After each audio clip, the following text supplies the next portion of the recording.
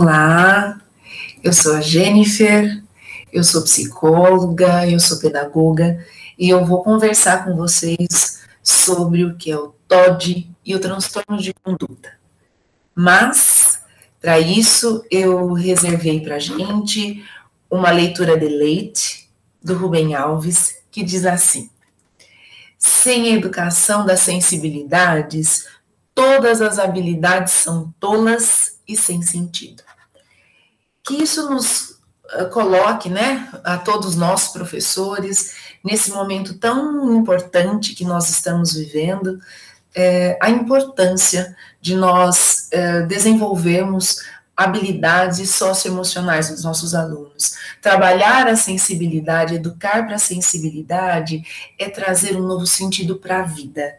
É cuidar com dignidade dessas crianças, né, desses pré-adolescentes, para que eles sejam pessoas mais abertas e que eles sejam pessoas com dignidade, com respeito à vida e com muito desejo de fazer algo bom para si e para o outro.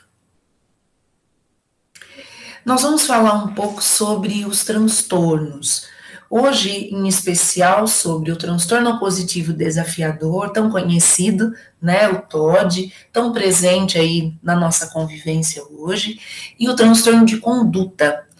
Então, é um transtorno que, se não bem cuidado, se não bem cercado aí com todo o tratamento, com todo o olhar, vai migrar para o outro transtorno, diante do desenvolvimento aí dessa criança.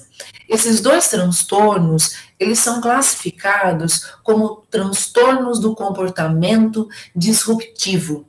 E tem duas características principais: o desafio e a desobediência.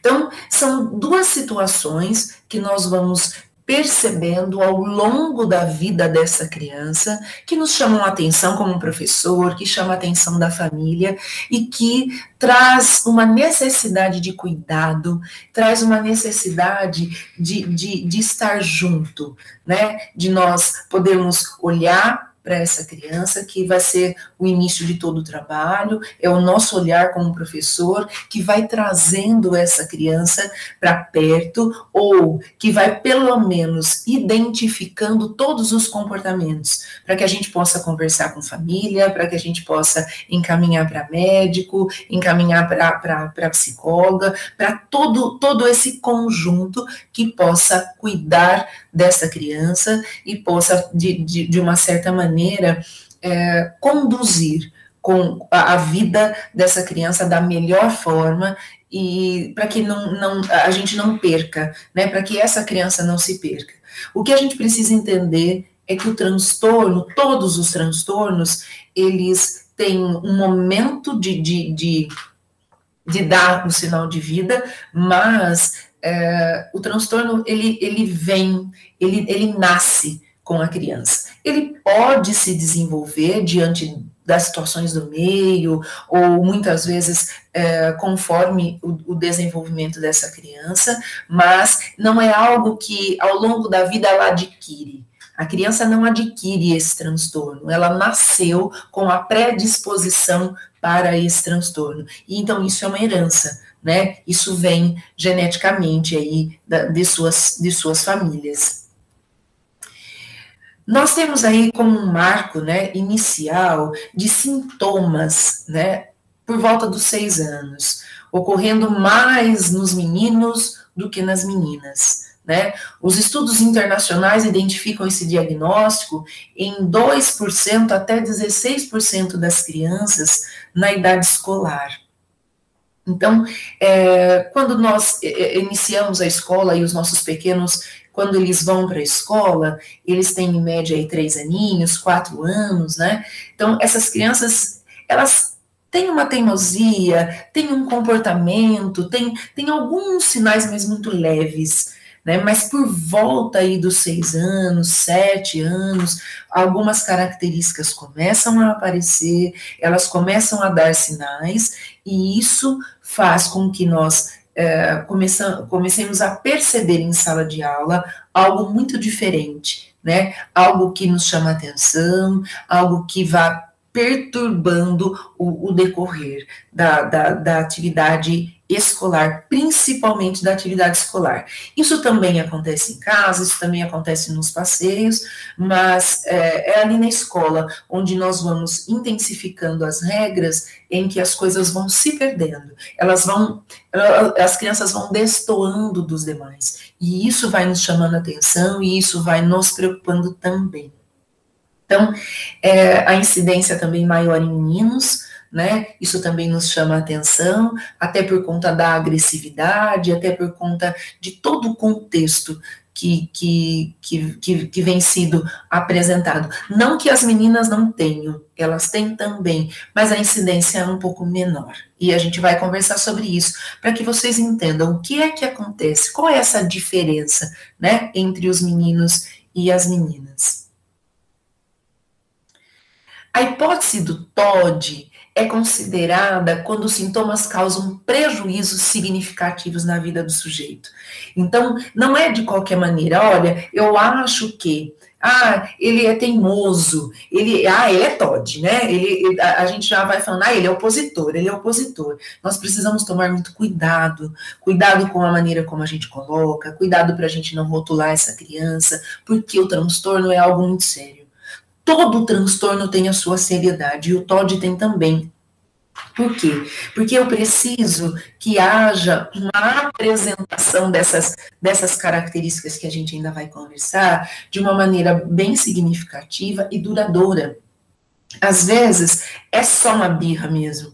Às vezes, é só uma maneira que a criança tem de nos perturbar na sala, ou de perturbar os pais, ou de ser um pouco briguento. Então, nós não podemos generalizar que todas as crianças com esse comportamento são crianças com transtorno desafiador, né? Então, na verdade, é por isso que nós precisamos de um conjunto de profissionais olhando e nos ajudando a fechar esse diagnóstico.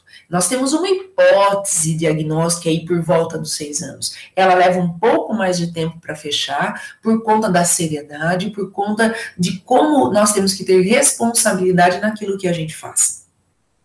Os comportamentos presentes nesse transtorno vão restringindo a vida social dessa criança, da família, que não tem mais coragem de sair, não tem coragem de estar nos lugares com ele e poder viver, e poder sorrir, e poder brincar. Porque as características do transtorno, elas vão ficando tão intensas, que ela começa a incomodar os pais, ela incomoda os outros adultos e ela passa a ser muito agressiva com as crianças, né? Então, essas manifestações, elas são constantes, com muita raiva, com muita teimosia, com hostilidade e com insubordinação.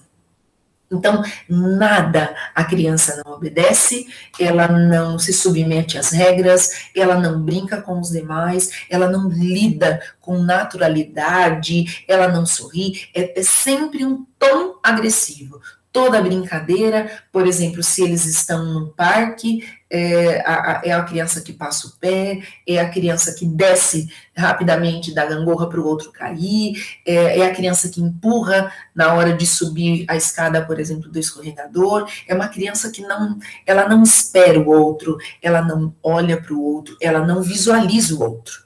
Né? O outro sempre a incomoda, o outro é sempre alvo de uma agressividade, é sempre o alvo para destruição daquela brincadeira, daquele contexto. Não é possível estar com essa criança, não é gostoso estar com essa criança. Isso os pais vão percebendo, isso o restante da família vai percebendo, e dentro da escola isso vai ficando também algo muito sério. Né? Porque a gente começa a receber as reclamações dos colegas, que ele me bateu, ele me xingou, ele me empurrou, né? E cada dia mais, cada vez mais. E não é com uma determinada criança, é com toda criança que quiser estar perto. Então, não tem esta criança marcada. Então, toda vez que ele chega perto desse menino ou dessa menina, ele vai agir assim. Ele age assim o tempo todo, ele age assim todos os dias, em todos os momentos. Então, é uma criança que a gente chama muita atenção, é uma criança que a gente traz para perto da gente por muitas vezes, é uma criança que vai que fica, né, fora da brincadeira, que fica fora das atividades, é uma criança em que a gente manda sentar muitas vezes, é uma criança que, né, a gente quer chamar o pai, a gente chama de novo, a gente chama de novo. Então, nada faz essa criança parar. É diferente de uma criança teimosa, que a gente fala várias vezes e a gente o convence ou a gente o faz parar. É uma criança que a gente chama a mãe, conversa, né, tem uma conversa mais séria com os pais, e em casa também os pais vão colocando os limites e a criança para. A criança que tem esse transtorno, ela não para, porque ela não fica intimidada, ela não fica entristecida, né? É uma criança que não sente aquilo que nós estamos falando, ela não sente aquilo que nós estamos chamando a atenção. É uma criança que faz, porque ela tem prazer do desafio. É uma criança que vai ficando de um jeito, né, que vai irritando a todos, e ela sacode o ombro e sai, né? Então, uma criança que nada o intimida, nada faz com que ele perceba o quanto está sendo inconveniente, o quanto está demais, o quanto os outros estão perdendo na brincadeira. Ela não percebe, ela não se incomoda, na verdade, não é nenhuma questão só de perceber, é de não se incomodar, né? Então, isso fica sério, né? E isso nos chama atenção, e isso nos pega como professores, porque vai deixando de ser prazeroso para nós também estar na companhia dessa criança, estar junto desta criança, falar com essa criança.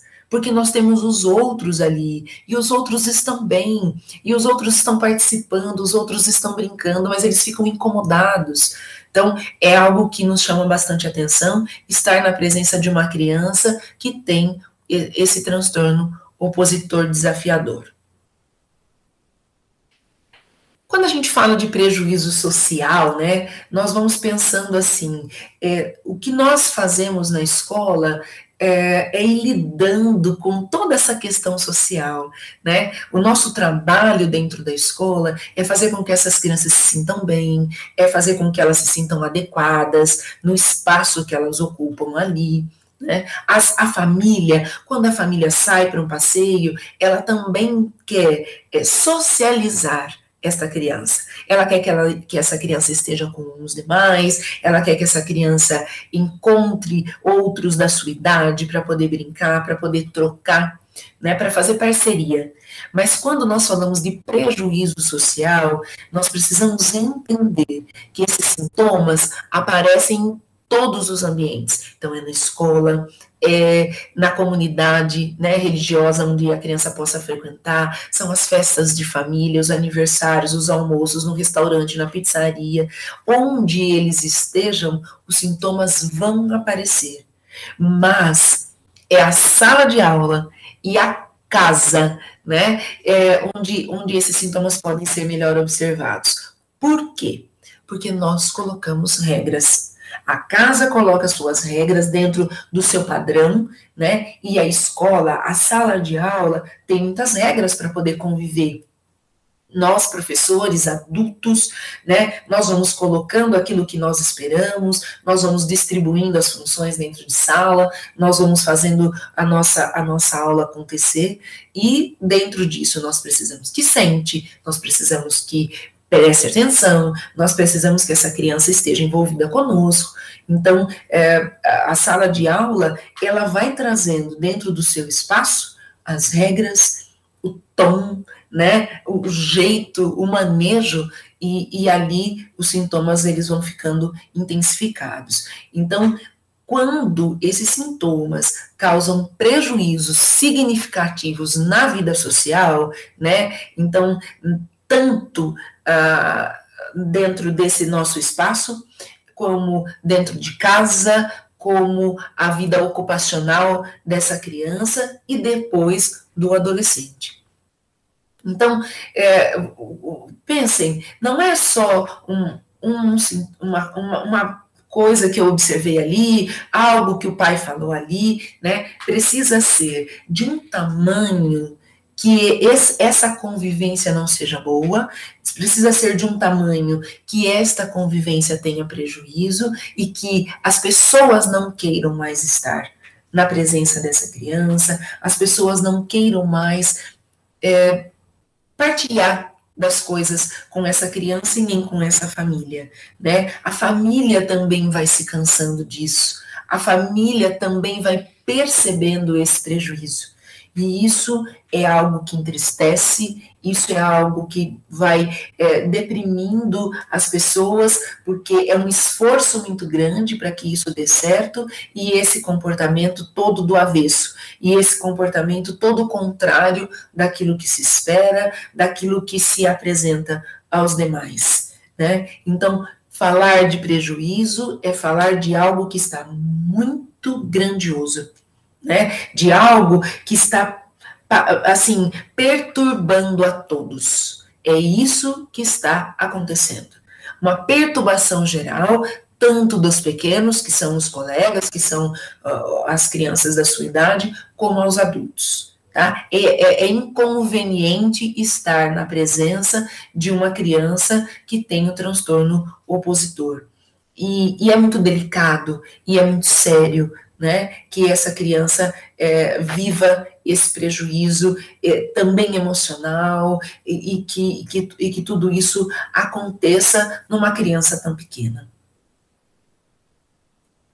O transtorno desafiador opositivo, ele é definido como um padrão persistente de comportamentos por mais de 6 meses. Então, vejam só, não é, como eu já coloquei para vocês, não é algo que se apresenta rapidamente, um dia foi assim, essa semana ele estava assim.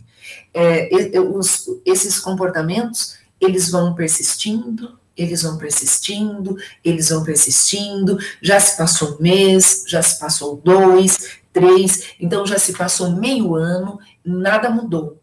Isso aumenta, isso fica cada vez mais sério, cada vez mais intenso, cada vez aparece mais cedo na sala, né? E os pais também vão trazendo a mesma queixa, então é algo que vai ficando muito grande, é algo que vai ocupando um espaço em que fica muito claro, né, o quanto essa criança destoa dos demais. Esses comportamentos que a gente está colocando aqui, eles são observados nas interações da criança, principalmente com adultos. Por quê? Porque nós adultos somos figuras de autoridade. Então, os pais, os tios, né, geralmente aquele tio que é um pouco mais severo, um pouco mais rígido em algumas colocações, os avós, quando eles também querem colocar limites, e os professores. Nós, professores, vivemos, assim, o maior embate com essa criança, porque somos nós que colocamos as regras, nós que colocamos o limite. Então, o que acontece com essa criança, quando ela está com os colegas? Ela se sobressai, porque ela tem agressividade, ela tem um comportamento, ela vai para cima, ela não se intimida. Quando essa criança está diante de um adulto que coloca regras, de um adulto que vai colocar limites, nós vamos observar que os comportamentos eles vão ficar ainda mais aflorados, porque esse é o desafio, né, de um opositor, ele poder ser, quando ele é confrontado, então esse afronte que ele sente faz com que ele intensifique aí esses comportamentos e ele queira ganhar de qualquer maneira. Então, é algo muito sério para a gente, né, é algo muito, muito grandioso mesmo conviver com essa criança.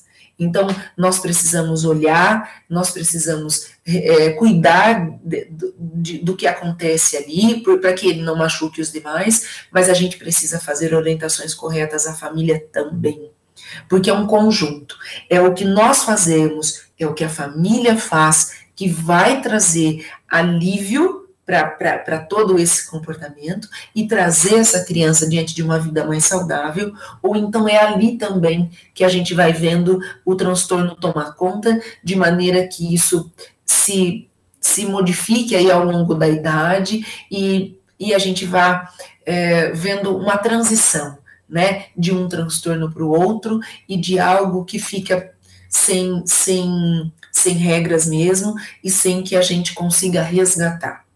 O grande prejuízo, né, disso tudo é como fica esse adolescente, é para onde vai esse adolescente e jovem depois, né? Uma criança que a gente viu com todos esses comportamentos e que só foi migrando até que ele chegue numa situação em que ninguém mais queira e que só né, a parte de justiça aí, de policial, que possa conter tudo isso. Então, é um caminho muito triste que a gente vai assistindo, né? Vai tomando um rumo essa vida que o final vai ficando, ele fica assim insustentável e para nós professores uma sensação de tristeza muito grande, porque a gente não conseguiu salvar, porque essa família também não foi capaz de resgatar. Mas tudo tem um contexto, né? Nós não estamos falando que todos os diagnósticos, né, do TOD vão migrar para esse contexto em que não tenha mais jeito, em que não tenha mais solução. Mas, se nós não cuidarmos desta criança, aí o que nós vamos ver é muito triste e algo assim que não tem como nós fazermos um resgate. Quais são os sintomas, então, né, do TOD? E é importante que a gente possa olhar para que vocês possam perceber nas salas de vocês, se vocês já estiveram diante de crianças assim. Né? Se em algumas situações de vida, de passeios, de lugares onde vocês estiveram com crianças, se vocês já perceberam esse tipo de situação. Então, essa criança, ela perde a paciência com muita frequência. Então, é uma criança que fica com uma aparência bem sisuda, né? É uma criança que cruza o braço, é uma criança que arremessa coisas na gente, no chão, né? É uma criança que a gente não consegue ter uma conversa com ela para explicar o que está acontecendo ou o que a gente quer, né? É uma criança que se fecha muito rapidamente e que, se tiver alguns objetos, com certeza vai arremessar, vai empurrar a carteira, né? Eu não quero mais, joga o caderno, joga o livro, né? É essa criança que tudo que está ali na frente dela, ela tem que se livrar, porque ela não quer ver, ela não quer saber o que é isso, né? É uma criança que tem agitação constante, então isso também é algo para a gente perceber, porque nós temos outros comportamentos aí, outros transtornos que têm uma agitação constante, né? Mas aqui nós vamos sempre associando, tem isso, geralmente, quando nós vamos classificar um transtorno, nós levamos em conta 5 sinais, sintomas, né? Então, não é um ou outro e eu já vou fechar. É muito complicado. Vocês já devem acompanhar aí, né, outros aluninhos de vocês que passam por avaliação neuropsicológica, que passam pela avaliação da neurologista ou muitas vezes do psiquiatra infantil. Nós precisamos ter 5 sintomas, pelo menos, né, e uma persistência desses sintomas por mais de 6 meses. Para que a gente possa dizer, olha, levantamos essa hipótese, vamos investigar. Né? Porque senão nós vamos rotular muitas crianças, a gente vai colocar muita criança teimosa aí dentro desse diagnóstico. Expressar raiva e ressentimento. A raiva, como nós estamos trabalhando, né, com o desenvolvimento das competências socioemocionais, nós falamos muito da raiva. A raiva é um sentimento que nós adultos também sentimos, e ela é um sentimento grandioso dentro da gente, que vem numa fúria muito grande diante do que acontece ou diante do que eu sou contrariado. Mas a raiva, ela tem o seu jeito de chegar e depois, quando as coisas ficam esclarecidas, ela se equilibra. É um sentimento importante, é um sentimento significativo e que merece respeito, como todos os outros sentimentos, né? Mas a raiva, a gente, muitas vezes, a gente já ouviu falar, né? Ah, aquela pessoa ficou verde de raiva, né? Então, por quê? Porque a raiva é um sentimento que dentro do nosso corpo, ela lida com o nosso estômago e com o nosso fígado. É por lá que ela passa. Esse é o filtro. Então, muitas vezes, com raiva, a gente não consegue comer direito. Muitas vezes, uma pessoa com raiva fica com ânsia. Muitas vezes, a gente fica enjoado, né? E fica com um estômago embrulhado, como se tivesse comido algo que não caiu bem, né? Algo que o fígado não vai digerir. Né? Então, a raiva e o ressentimento, eles são sentimentos fortes, né, importantes para a gente, mas nós estamos fazendo, né, um checklist aí de sintomas. Então, mais a raiva associada à agitação, associada à perda de paciência. Então, nós vamos fazendo um combo só de sentimentos ruins. Como pode ficar alguém com tantos sentimentos ruins dentro de si? Outro sintoma importante, argumentar com qualquer pessoa com autoridade, com os adultos, com os professores, com os estranhos. Então, é assim, olha, já é algo que não é um bate-papo, que não é eu gostaria, mas, né, deixa eu te falar, deixa eu te explicar. Né? Porque às vezes a gente tem uma criança que vem falar alguma coisa, a gente fala não, aí ela quer explicar para a gente a situação como se ela pudesse nos convencer daquilo que é.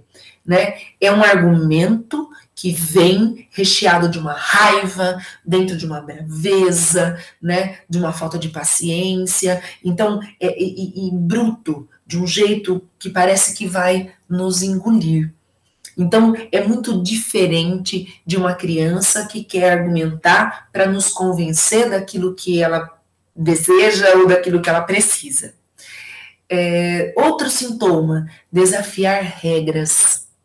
Eu já falei, né, lá no início, a questão da sala, a questão das regras de sala, a questão das regras da casa, né, das regras familiares. Então, esse sintoma de desafiar as regras para fazer valer a sua própria lei.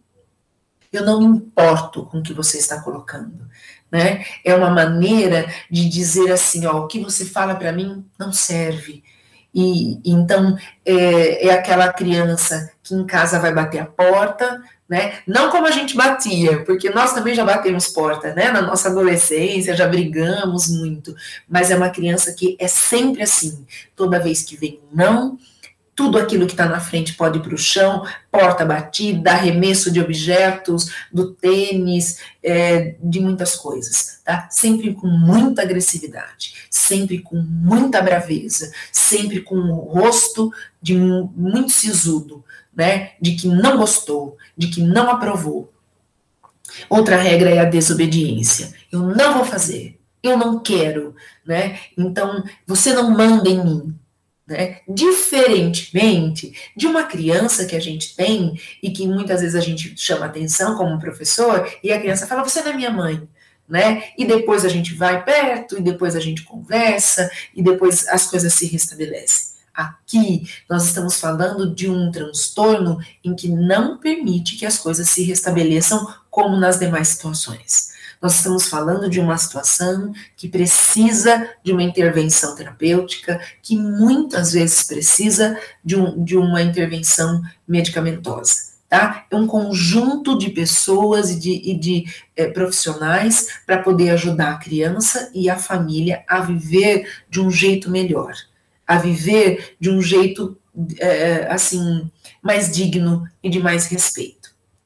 Comportamentos perturbadores, irritabilidade, agressividade. Então, olha, nós temos um conjunto de coisas que só vai piorando, né? Só vai deixando essa criança cada vez mais agressiva, cada vez mais pesada, cada vez mais distante, sem conseguir um contato, sem conseguir que alguém queira estar perto. Isso é muito triste, né? Isso é muito difícil. É uma criança também, gente, que coloca a culpa dos seus erros nos outros. Nunca foi ela. Ela nunca estava junto. Ela não foi ela que mandou fazer. Então ela manda bater ou ela faz alguma coisa. Eu não falei nada, ainda mexe o ombro, né? Eu não falei nada, fez porque quis. Foi lá, olha, ele caiu, vocês foram brincar disso, isso é uma brincadeira violenta. Ele foi porque ele quis, né? Então, assim, sempre o outro fez, sempre o outro falou, sempre o outro que quis. Então, isso é algo muito ruim. Porque aí aquela criança que queria estar perto, que queria confiar, ela vai se distanciando porque não é gostoso. Porque ela leva a culpa, porque ela fica de castigo, né?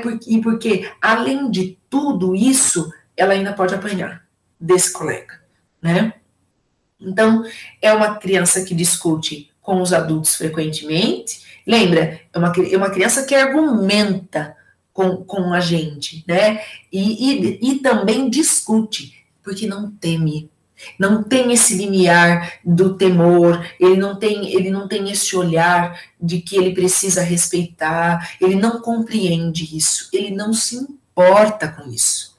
Ele não quer saber quem nós somos, ele não quer saber que autoridade nós somos. É o que ele quer, do jeito que ele espera que aconteça.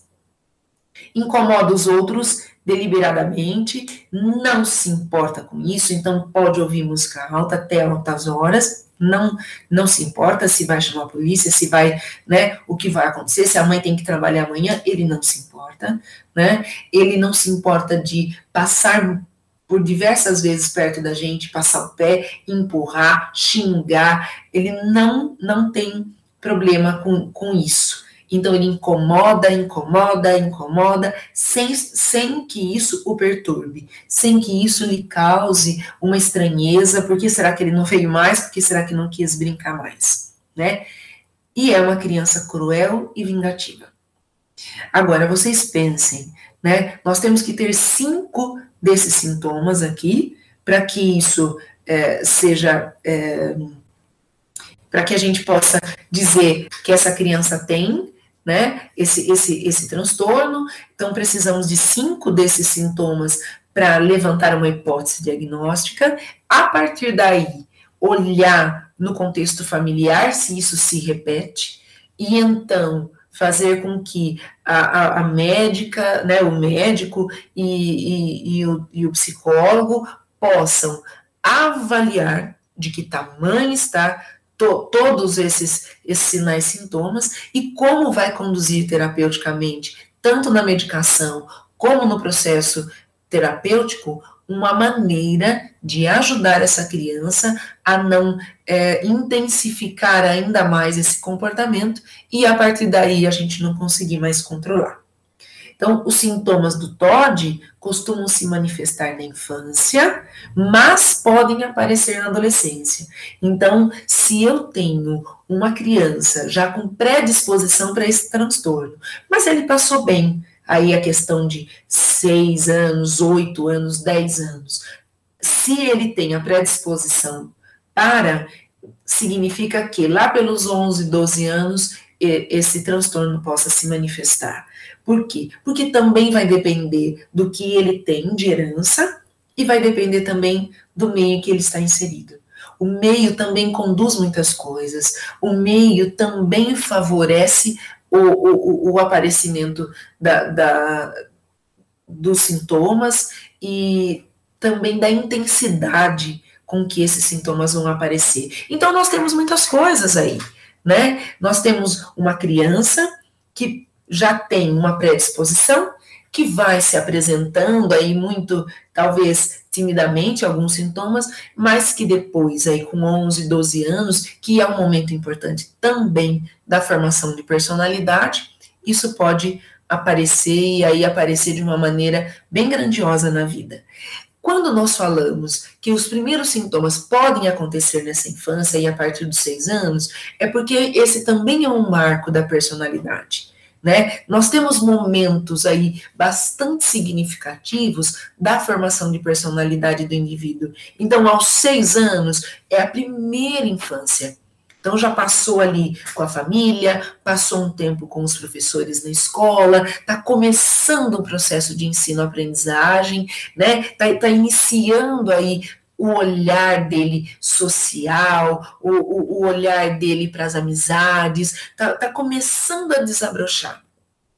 Então, é a hora em que os transtornos também podem acontecer. Repito, crianças que já nasceram com predisposição para o transtorno. Ninguém adquire um transtorno ao longo da vida, tá? O transtorno nasce. Ele nasce, mas ele pode se manifestar, né, de um jeito muito tranquilo, como nós temos aí os transtornos de ansiedade, e a pessoa fica super bem, faz uma atividade física e consegue se controlar, e aí, ou nós temos os transtornos de ansiedade que vão crescendo e que vão, né, se apresentando de um jeito mais sério, né, aí nós vamos aí para algumas síndromes de pânico, vamos para algumas crises de ansiedade mais sérias, né, mas sabendo que era um transtorno de ansiedade, porque nasceu assim, né, ao longo da vida, com tudo que vai acontecendo na vida, os sintomas vão aparecendo, ou eles ficam um pouco mais brandos, ou eles vão ficando mais intensos. A mesma coisa acontece aqui no TOD.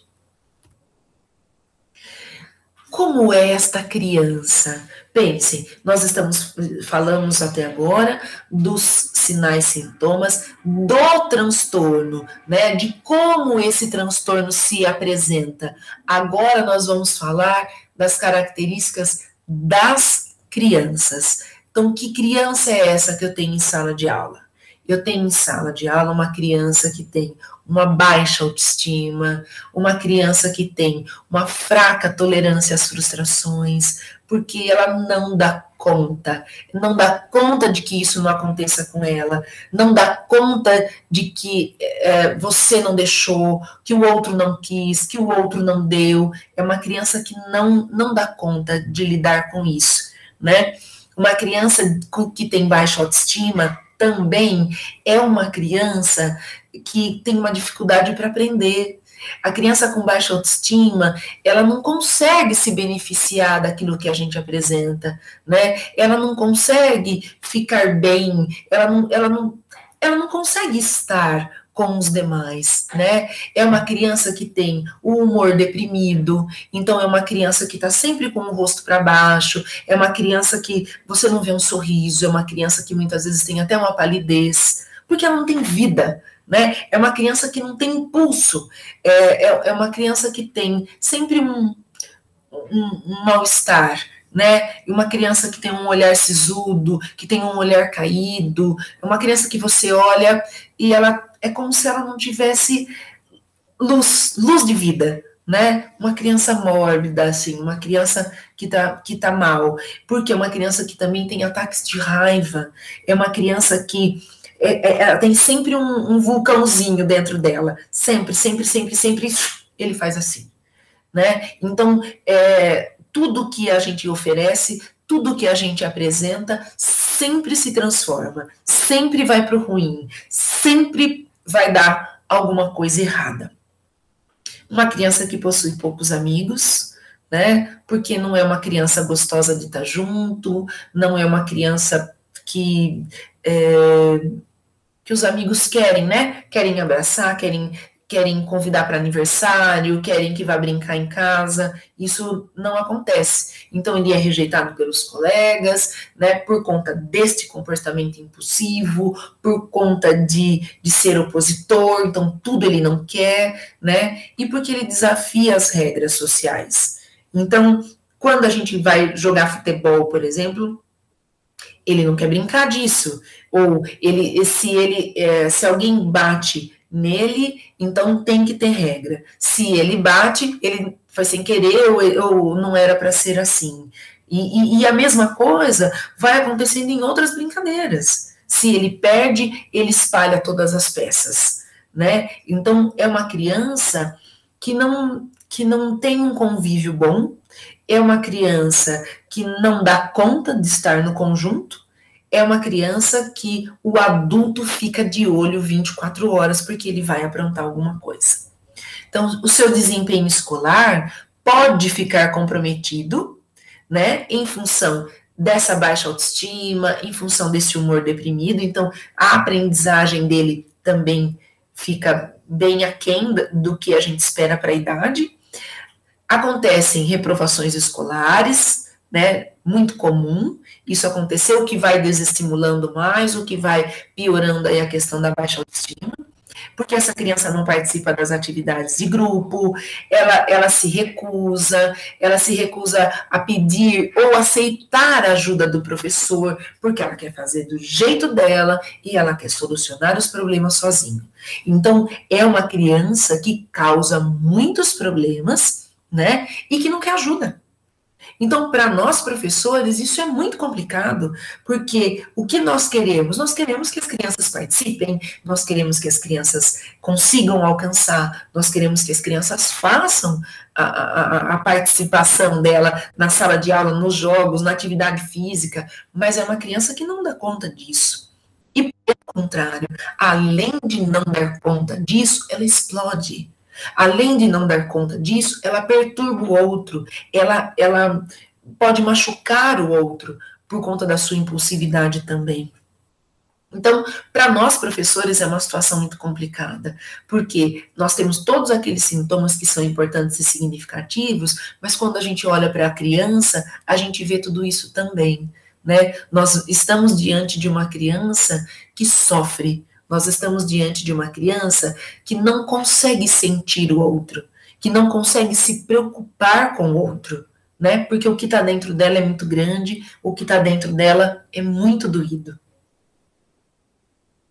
E o que pode causar, né? Diante disso tudo que nós estamos vendo, quando a gente pensa assim, quais são as causas de um transtorno como esse?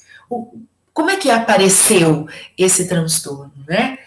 Então, as principais hipóteses estão relacionadas com uma origem multifatorial, que envolve componentes biológicos e ambientais.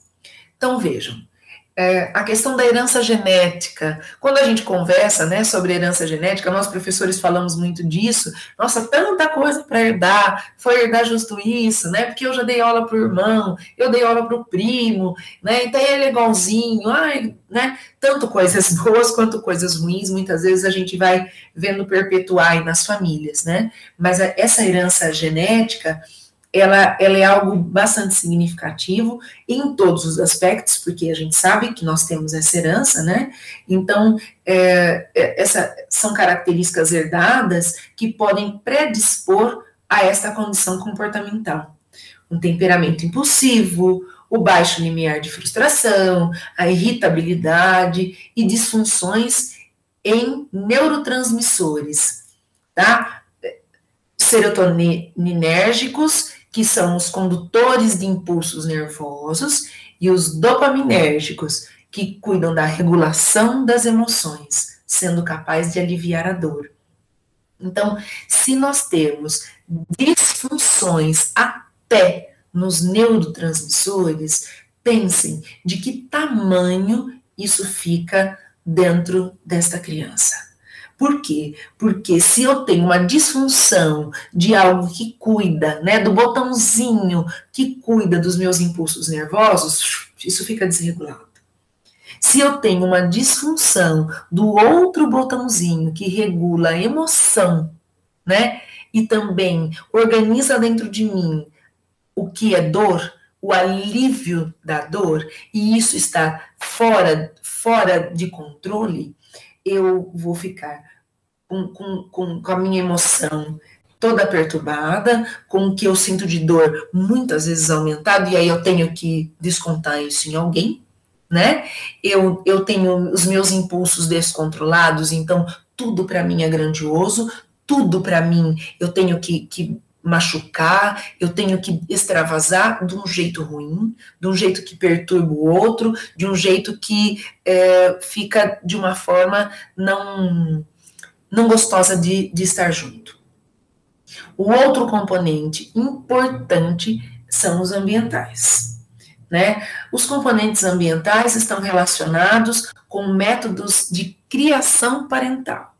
Então, o comportamento criminoso, o alcoolismo, o uso de drogas pelos pais ou por a pessoa que é responsável por essa criança, a negligência na maneira de cuidar dessa criança, a falta de afeto e de suporte emocional a essa criança.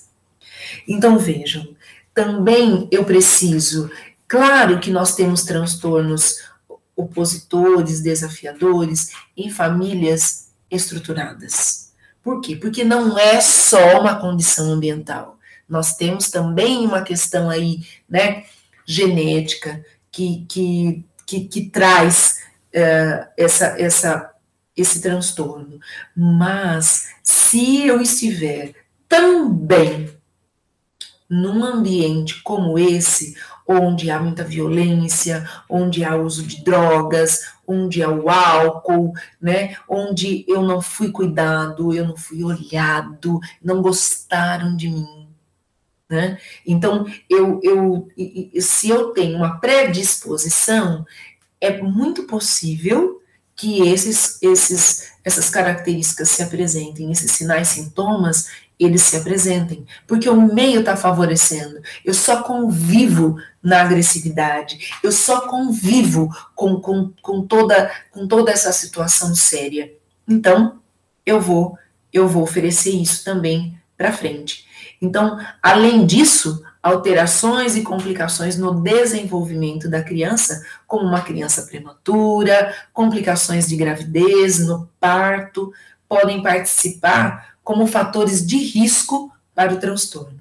Então, entendem?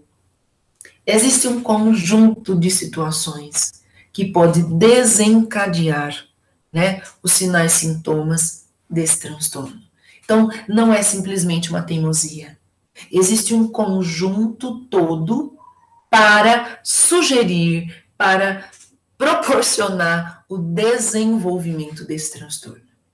É algo grandioso na vida dessa criança, é algo que nós precisamos olhar com cuidado e que nós precisamos saber direcionar para que haja um trabalho adequado, tanto médico como terapêutico, para que a escola e a casa consigam lidar com essa criança. A falta de limites é um fator tão importante, né? Quando nós, professores, olhamos para a falta de limites como algo que perturba toda a nossa estruturação de sala, né? O jeito que nós vamos conduzir a nossa sala. Então, nós sempre falamos isso para os pais, né? Já fiz inúmeras palestras, vocês também falam isso nas reuniões de pais. Por quê? Porque falta de limites traz uma criança insegura, uma criança imatura, uma criança com dificuldade de seguir as regras. Agora, você imagina, nós estamos falando de uma criança que tem toda essa complexidade, né, do seu comportamento e ainda vive numa casa onde ninguém põe limites. Então, uma criança sem limites aprende que tudo pode a qualquer hora. Então, crianças com esse diagnóstico, né, do TOD, e que vivem em lares onde os pais são permissivos, que não dão limite aos filhos, estão reforçando o comportamento desafiador do filho. Então, nós temos um efeito de bola de neve, e a tendência natural é o agravamento e a piora dos sintomas a cada dia. Então, se eu tenho uma casa onde a mãe acha que ele vai aprender, ou ele é assim mesmo, né? Eu não posso com a vida dele. Quantas vezes nós, professores, ouvimos isso dos pais? Eu não posso com a vida dele. Então, esse não poder com a vida dele, se eu não posso com uma criança de 6 anos, de 7 anos, de 8 anos, eu não vou poder com um adolescente de 15, de 18 e nem com um adulto depois. Então, o que é que nós estamos olhando aqui? A falta de limites faz com que esses sintomas, eles vão se apresentando cada vez mais, cada vez mais, cada vez mais, e a família encolhendo cada vez mais também. Então, não dá para nós termos uma casa onde tudo é permitido e querer que esses sinais, sintomas não se apresentem. Por quê? A casa favorece, né? O meio está favorecendo que isso aconteça. Então, isso é muito sério, isso nos entristece demais enquanto profissionais, né? E vocês, professores, também, porque estar diante dessa criança, né, é estar diante de um grande desafio também. Porque nós precisamos dessa família, e essa família não se apresenta. Essa família não assume o seu lugar, não assume a sua postura diante do que está acontecendo.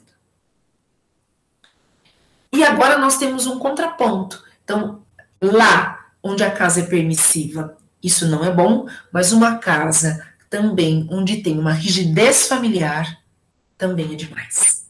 Então, casas opressoras e com normas extremamente rígidas ensina que tudo se resolve no grito. Então, a criança que convive diariamente com violência, com agressividade, com hostilidade, com brigas, pode assumir o comportamento dos pais como normal. Ah, quem convive com briga, aprende a brigar.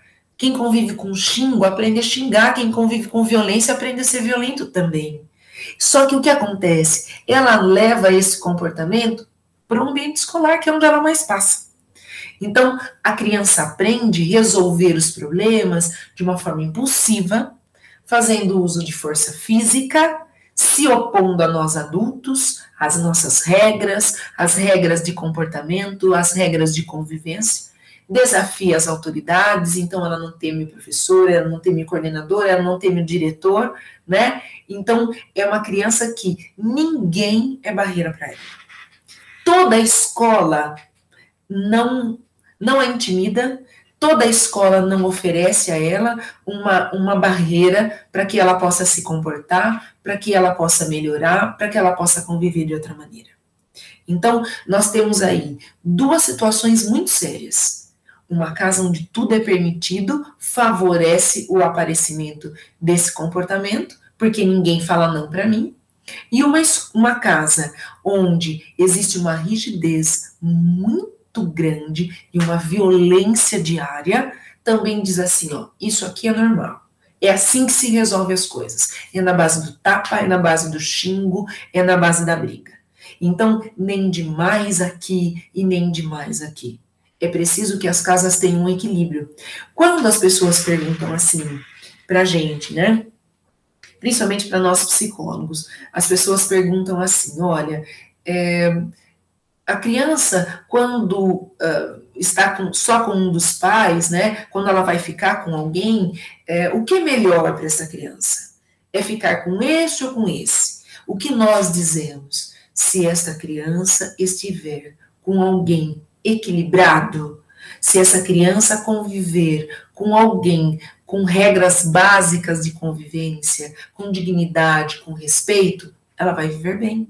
Não importa se é com esse, se é com esse. Não importa se ela ficou com o avô, não importa se ela ficou com a madrinha. Ela precisa ter uma pessoa de equilíbrio perto dela, para que ela possa ter modelo, para que ela possa conduzir a vida de uma maneira boa. Então, é isso que nós esperamos.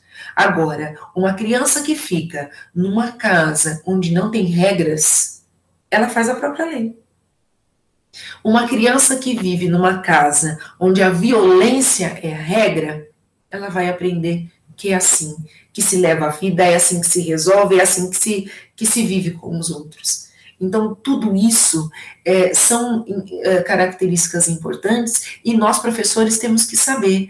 Então, como é importante para a gente poder estar com os pais, como é importante para a gente ter a presença desses pais na reunião, e eu sei, vocês podem estar dizendo assim, então, né, Jennifer, esses pais são aqueles que não vão para as reuniões. Então, nós sabemos disso, mas é esse descaso, né? Quanto mais acontece esse descaso, quanto mais esquisito é essa família dentro de um comportamento né, estranho, dentro de uma conduta que não condiz ao que a gente espera, né, mais fácil de haver aí a manifestação desse transtorno. Então, quando nós falamos que é preciso a gente conhecer essa família, é preciso que nós possamos estar, né, diante dessa família, é por conta disso.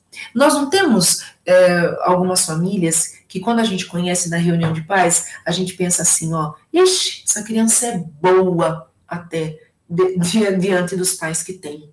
Então, quando nós conhecemos, né, quando nós conhecemos a raiz dessa árvore, a gente vai saber como é que serão os frutos.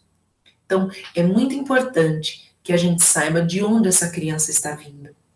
E a gente pode dizer, isso acontece muito nas crianças de orfanato? Acontece. Acontece porque essa criança, ela vem desse contexto familiar, né?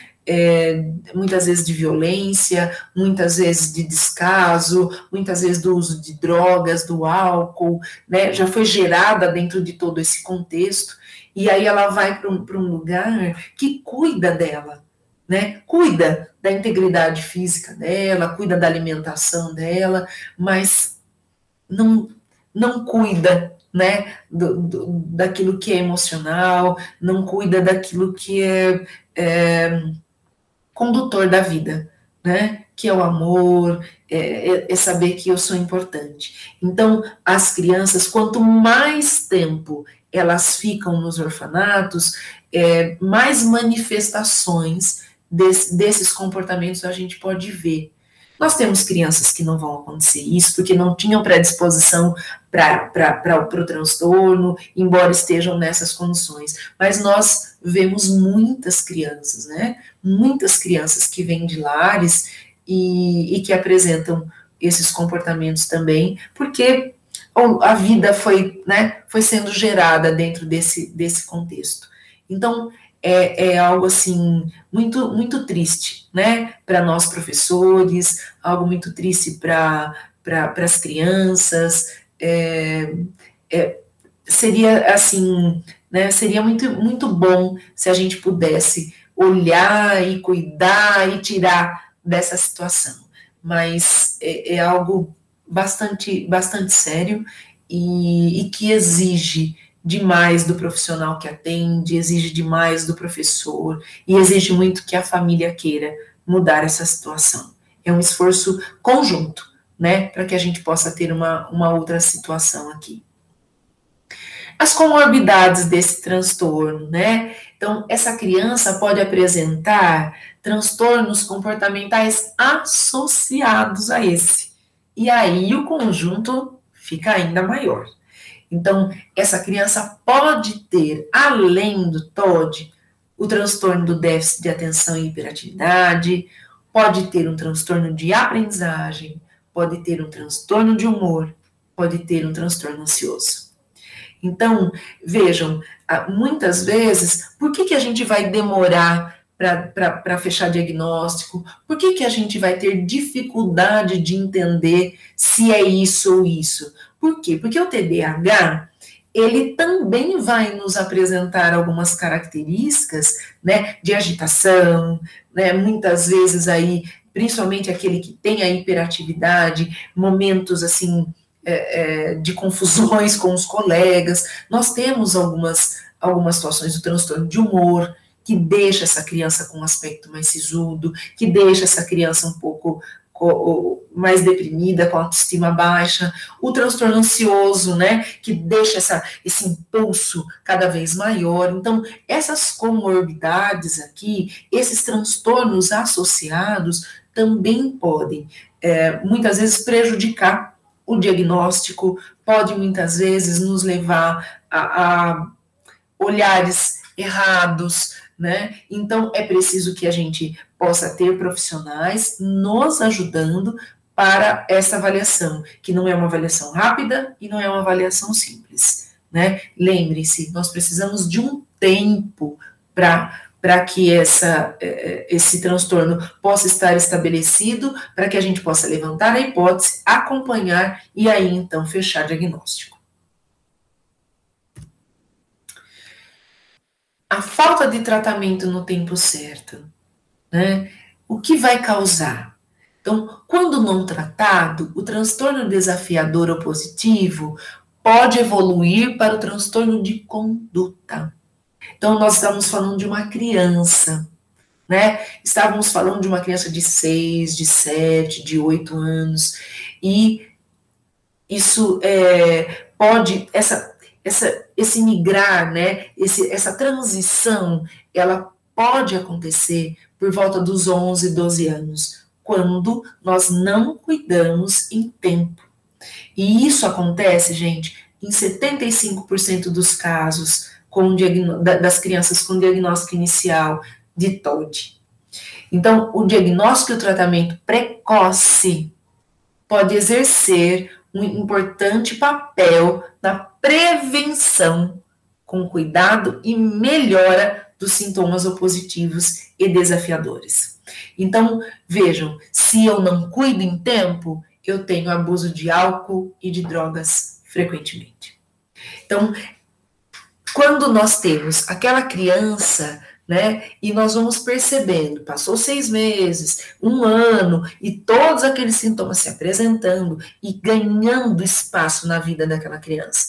Eu levo para o trabalho certo, terapêutico, eu levo para o médico certo, e a partir daí vai haver medicação, vai haver terapia, vai haver orientação para os pais, vai haver orientação para os professores, nós vamos cuidar disso para que esse transtorno ele não tome conta da vida dessa criança de uma maneira irreversível, de uma maneira que não tenha controle, porque o que nós vamos fazer? Nós vamos ter controle desse transtorno, tá? Nós vamos cuidar, nós vamos cercar para que essa criança consiga viver em sociedade, para que essa criança consiga viver em família, para que essa criança possa crescer de um jeito mais saudável. E aí, se a gente não cuidou, ou se o tratamento não foi adequado, ou se essa família parou, e né, dá mais um tempo, desiste, o que vai acontecendo? Esses sinais, sintomas, eles vão transitando de uma maneira que eles vão para uma agressividade maior, eles vão para violação de propriedades, roubos, mentiras. Vejam, nós estávamos falando de crianças teimosas, nós estávamos falando de crianças que tinham impulsos de agressividade, né, de raiva, nós estávamos falando de crianças que peitavam a gente, e agora nós estamos falando de um adolescente aí de 11, 12, 13 anos, que se envolve em situações de mais agressividade ainda, de desrespeito daquilo que é do outro, né, que vai para roubo, para mentiras, né, então, comportamentos agressivos, bullying. Então, são aqueles que vão incidindo isso dentro da escola, são aqueles que vão puxando o carro para poder fazer as situações de bullying dentro da escola, nos outros espaços, entre os colegas, né? Táticas de intimidação. Então, ele é aquele que bate, é aquele que peita mais, é aquele que empurra primeiro, né? E os outros vão ficando com medo. Nós estamos agora olhando para um adolescente que causa medo ao seu redor. Ele se envolve em todas as brigas, ele não consegue se sair. Ele viu uma briga, ele vai lá, ele vê outra, ele compra ali, ele vai ou ele inicia todas essas brigas, né? É um adolescente com muita violência e crueldade com pessoas e animais. Então, nós vamos vendo que aquela criança, né, que só tinha raiva, aquela criança que nos afrontava, aquela criança que não respeitava regras, ela cresceu e com ela cresceram os problemas. Porque agora ela tem mais agressividade ainda, agora ela tem mais desrespeito ainda, e agora ela tem uma crueldade. Então, ela tem algo assim de...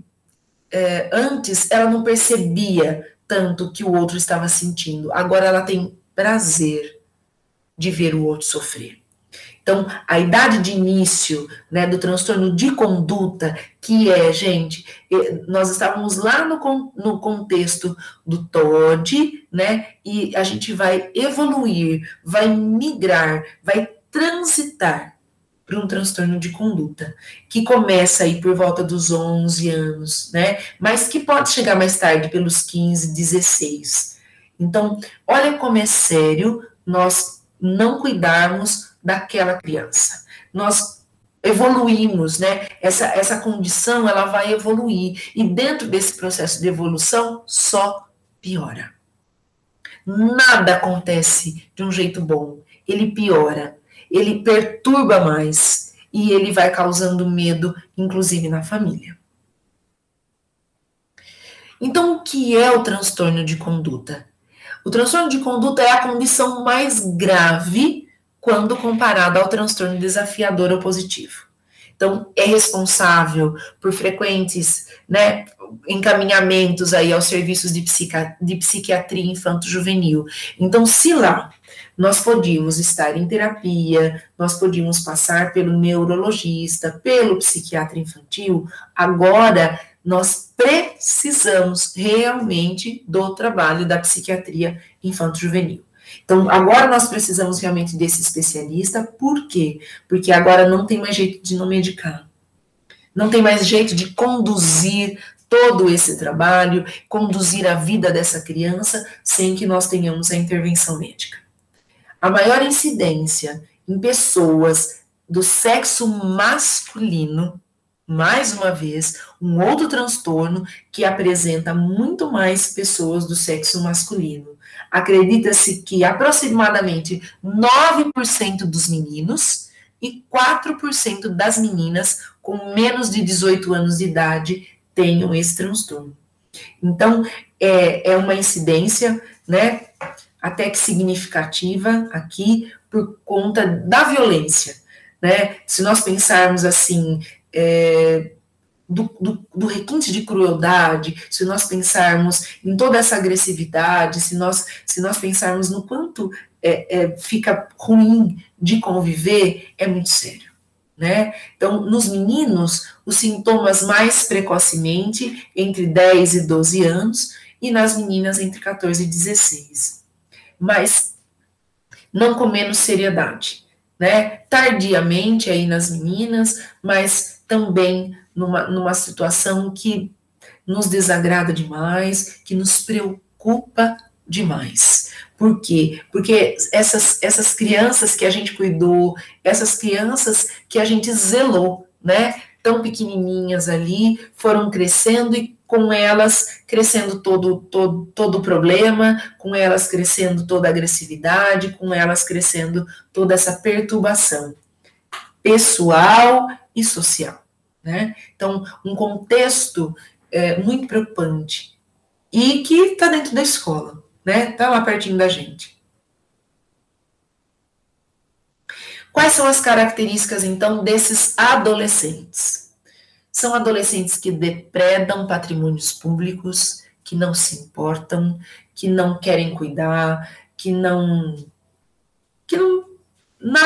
os afeta, né? Então, eles picham muros, eles destroem carros, eles quebram coisas por onde passa, tem prazer de passar e chutar, quebrar aquela porta de vidro, passa num outro lugar, joga uma pedra, quebra uma janela, né, dá chute em portão. Então, sabe, tudo aquilo derruba poste, derruba essas placas, né? Geralmente a gente vê, né, na estrada, tem algumas placas de sinalização que são importantes, às vezes estão pichadas. Então, eles não se importam, eles não conseguem olhar das pessoas que vão se beneficiar disso. Eles têm prazer de fazer algo que perturbe o outro. Eles têm prazer em fazer algo que traga danos para a vida do outro. Brigam em bares, nas boates, nos eventos sociais, então sempre tem briga, fulano sempre está envolvido, né? Teve uma briga lá, fulano estava no meio daquilo lá.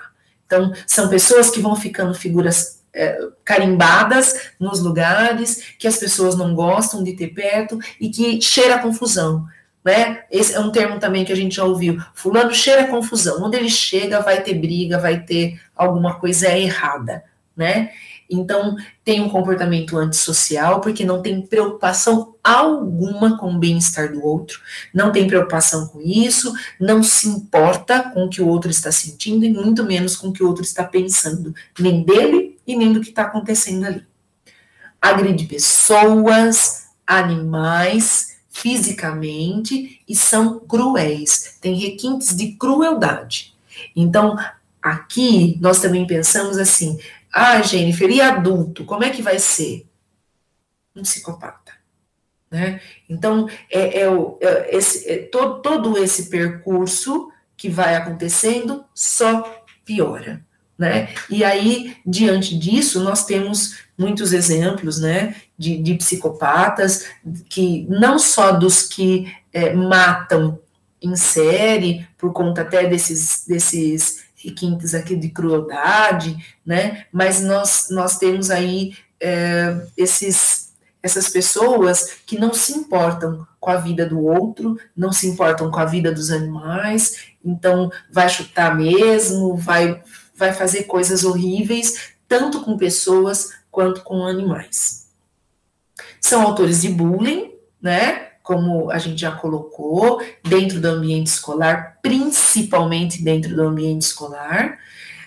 As brigas na escola ou na rua são frequentes, inclusive com a utilização de armas de fogo, de faca ou de bastão.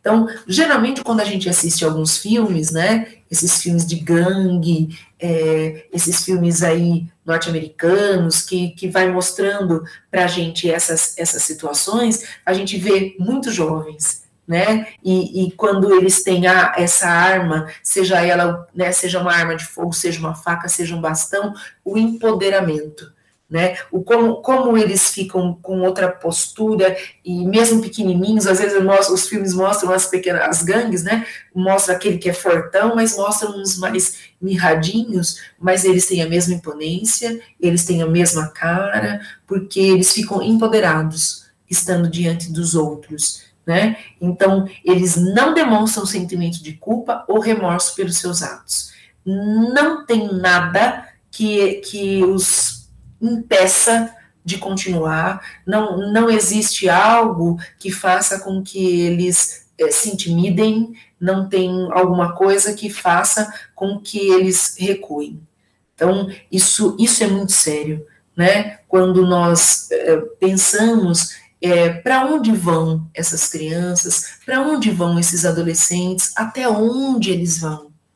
Que postura é essa, né? Então, olha o adoecimento, como ele vai acontecendo dentro dessa pessoa, dentro dessa criança, depois desse adolescente, até que ele fique adulto.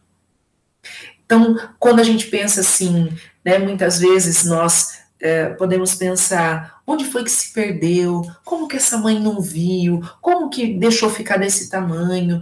Então, o que nós estamos vendo aqui, né, isso que eu consegui ir colocando para vocês, nos deixa claro que é um processo de desenvolvimento desse comportamento. Então, quando a família se nega, quando nós, educadores, não olhamos, quando nós não conduzimos, ou quando a família não aceita aquilo que a gente está colocando, quando a família não se empenha da maneira como a gente espera ou como a gente orienta, né, a gente vai vendo evoluir. As características vão ficando mais intensas, elas vão aumentando, vai agregando mais uma coisa, vai agregando mais alguma coisa, e com o passar do tempo, com o desenvolvimento normal dessa criança para a adolescência, isso se intensifica. Isso é muito triste, né? Nós termos uma criança que a gente ainda pode cuidar, que a gente ainda pode salvar, e depois nós temos um adolescente onde isso já se complica, e quando ele se torna adulto, aí a gente não consegue mais. Então, o transtorno, né, esse caminho que o transtorno faz é o que nos entristece demais, porque a gente, é como se nós pudéssemos assistir à transformação, né? Não sem fazer nada, porque eu sei que nós professores, muitas vezes, ficamos de mãos atadas diante das famílias, da falta de responsabilidade deles, da falta de compromisso. E então, nós sozinhos não vamos conseguir. Nós precisamos de uma força-tarefa, nós precisamos da família junto conosco, nós precisamos da terapia, nós precisamos da medicação, porque é só esse conjunto que vai salvar essa criança de se tornar um adolescente com transtorno de conduta e de se tornar depois um adulto psicopata. Sintomas graves, como fuga de casa, mentira, consumo de álcool ou de outras drogas e comportamento sexual de risco são comuns. Então, nós estamos agora olhando para os adolescentes, né? E olha, diante do que nós temos hoje desses nossos adolescentes, quantas coisas como essas aqui acontecem, né? A questão da violência ser muito presente e ser muito normal para esse adolescente. Eles não conseguem ficar em casa, eles fogem das suas casas, porque aí, quando as coisas vão se perdendo e os pais ficam nessa preocupação, no desejo de dar regras, eles fogem, porque eles não conseguem se submeter às regras, eles já não conseguiam. E agora, como adolescentes, piorou, né? A questão da mentira, os roubos que se iniciam dentro de suas casas. Então, tudo isso vai ganhando mais espaço, vai ficando ainda maior e vai fugindo do controle. Então, já não dá mais para nós resgatarmos nesse adolescente algo que a gente não fez na criança. Não tem como nós trazermos de volta para junto dessa família quando nós não fizemos isso na criança também. Então, agora, o comportamento já está muito fora de controle, né? Muito maior, e ele já fazendo suas próprias regras, né? Essa questão do comportamento sexual de risco, é ter um parceiro, outro, é hoje encontrar uma pessoa, depois outro. Isso é muito comum nas meninas, né? A questão sexual, porque elas são destemidas. Então, e elas têm uma autoestima baixa. Então, sexualmente, elas querem se superar. E aí elas vão se envolvendo em situações muito sérias. Os meninos também, mas é bastante comum isso nas meninas, né? Elas vão se envolvendo em situações sexuais muito sérias, muito graves, e que vão perdendo o controle das suas vidas, né? O controle da condução daquilo que poderia ser muito bom, daquilo que poderia ser adequado para a convivência. Como é que nós vamos tratar, né, aquela criança lá do transtorno opositor? Como a gente cuida disso? Nós podemos cuidar usando medicamentos adequados, né, que vão apresentar resultados com esses sintomas de agressividade, na impulsividade, nos ataques de raiva, e vai trazer também um equilíbrio para esse baixo limiar de frustração. Então, a medicação, gente, não é uma medicação qualquer, né? Não é um floral, não é um remedinho natural. A gente precisa entrar com medicação adequada. E isso quem faz? Um médico. E isso quem faz? O psiquiatra e o neurologista. Tá? Na criança ainda, o neurologista vai conseguir. No adolescente, jovem, aí nós precisamos do psiquiatra já para fazer essa condição. Os neurolépticos atípicos, como risperidona, quetiapina, podem ser utilizados em baixas doses. Por quê? Porque são duas medicações que causam algumas alterações de comportamento, né? E podem deixar com um aspecto de uma criança que está meio robotizada, né, que assim, está dentro de um comportamento mais lentificado.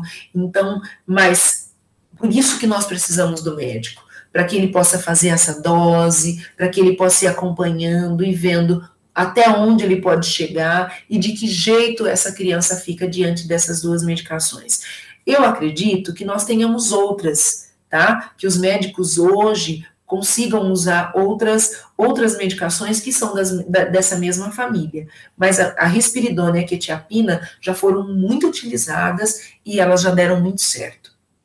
É muito importante informar que os medicamentos não são curativos, tá? Por quê? Porque a gente não cura transtorno, a gente equilibra, a gente consegue organizar, curar não mais. Eles apenas têm como objetivo reduzir sintomas para facilitar o trabalho dos pais, dos educadores, na aplicação de técnicas e estratégias comportamentais. Então, vejam, se eu seguro esse comportamento agressivo, né, se eu consigo reduzir a intensidade desses sintomas, eu consigo traçar estratégias de comportamento, de convívio, consigo colocar regras. Ah, mas ele precisa estar medicado?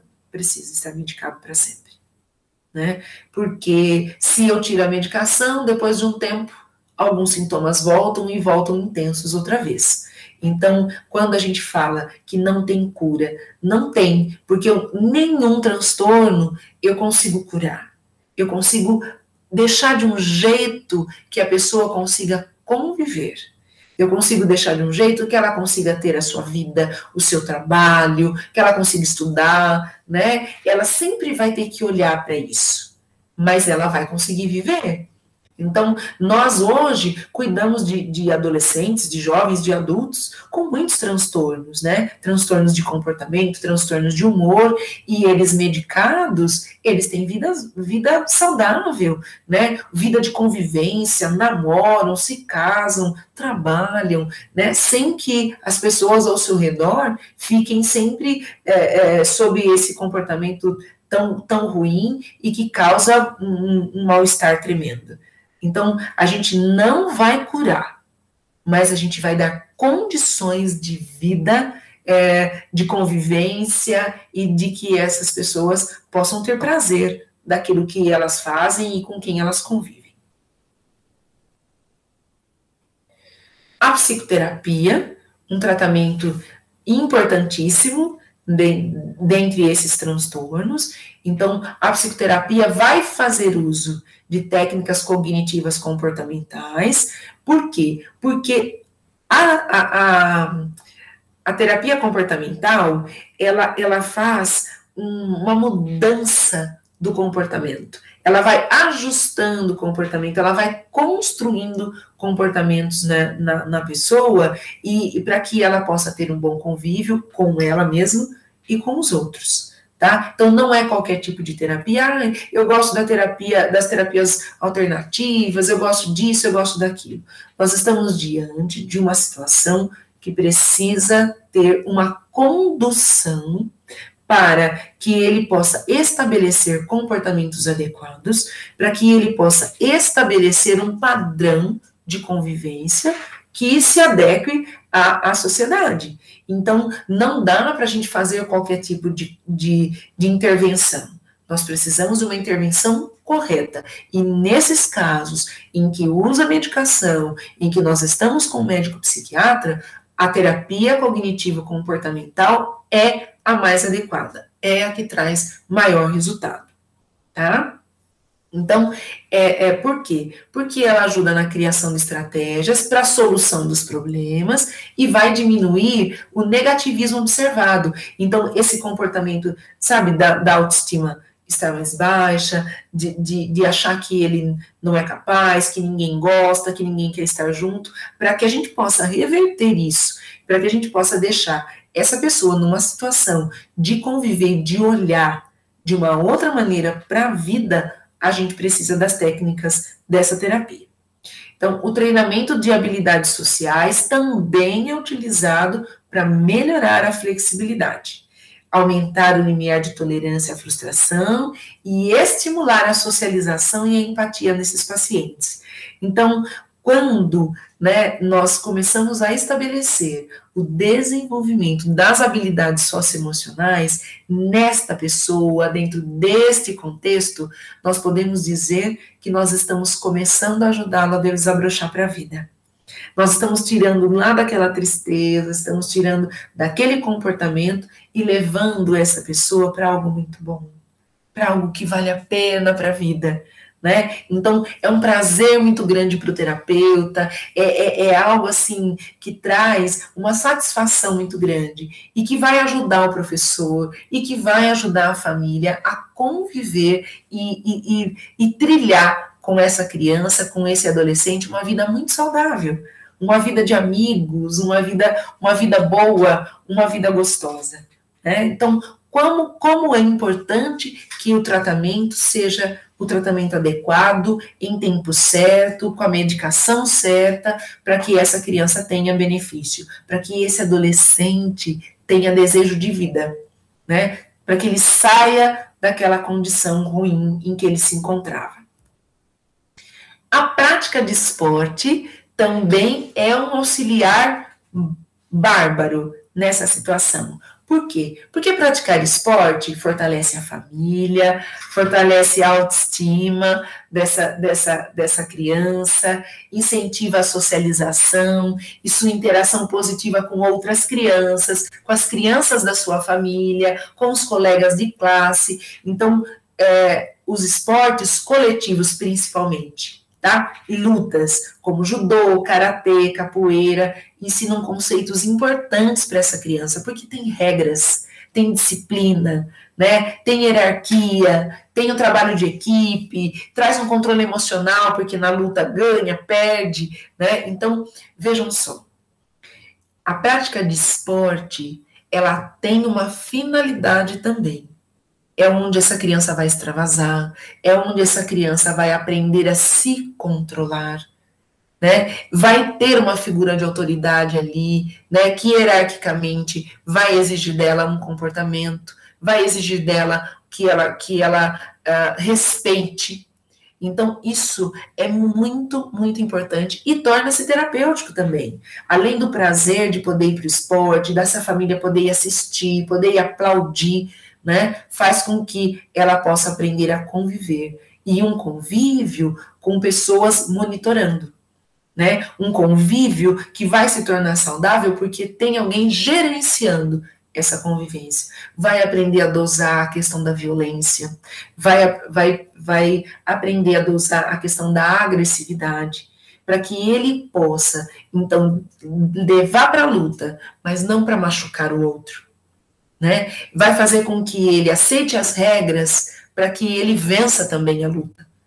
Então, a prática de esporte é um aliado muito importante nessa situação de transtorno.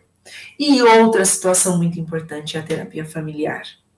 Então, o acompanhamento familiar melhora a comunicação e interação entre os membros da família.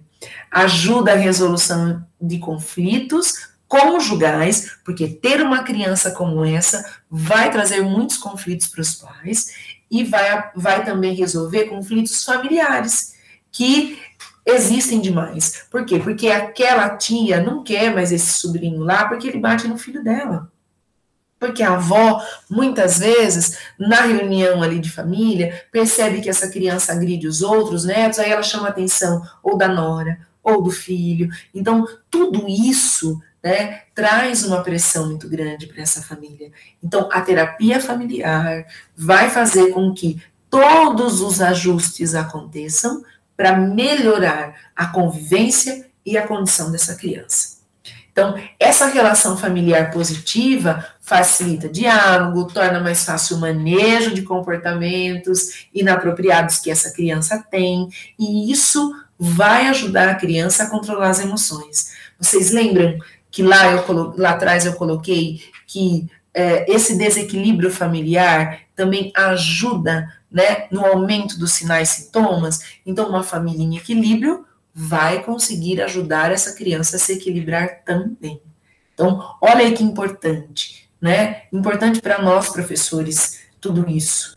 né, que tudo isso se estabeleça, que essa família tenha apoio, que essa criança tenha apoio, que ela tenha terapia adequada, né, um tratamento adequado e que ela tome a medicação. Então, para que nesse conjunto todo, essa criança tenha benefícios, para que ela tenha uma vida boa e uma vida saudável.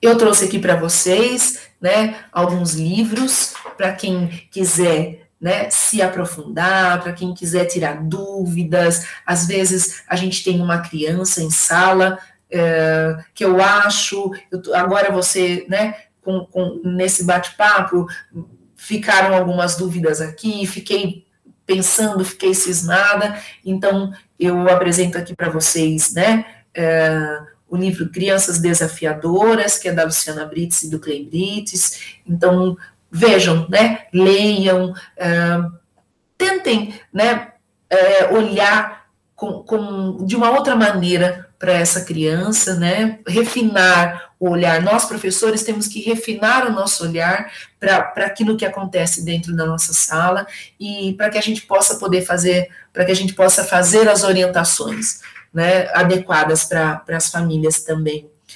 Um outro livro sobre o transtorno de conduta, que também vai nos trazer aí mais orientações. Enfrentando TOD e o Manual dos Transtornos Escolares. Então, que também, para nós professores, uma leitura adequada, uma leitura boa, e que vai trazendo subsídios, né, para o nosso olhar, para a nossa hipótese, porque nós somos os primeiros a olhar para toda essa situação. Somos nós, professores, que estamos olhando para isso. Então, né, todo essas possibilidades aqui de leitura, elas vêm ao encontro, né, de nós podermos entender, compreender e conhecer, muitas vezes conhecer também. Então, eu quero agradecer a vocês por essa oportunidade, é sempre um prazer poder falar com os professores. Eu espero que esse nosso bate-papo aqui, né, tenha feito com que vocês repensem nos alunos, que vocês possam olhar, né, olha, aquele aluno que eu tenho, aquele aluno que eu já tive, ou alguém que eu conheço. É sempre bom, né, que a gente possa aprender, que a gente possa conhecer, para que a gente possa refinar o nosso olhar em sala de aula e poder conduzir da melhor maneira a orientação para essas famílias. Então, muito obrigada, foi um prazer estar com vocês, até uma próxima.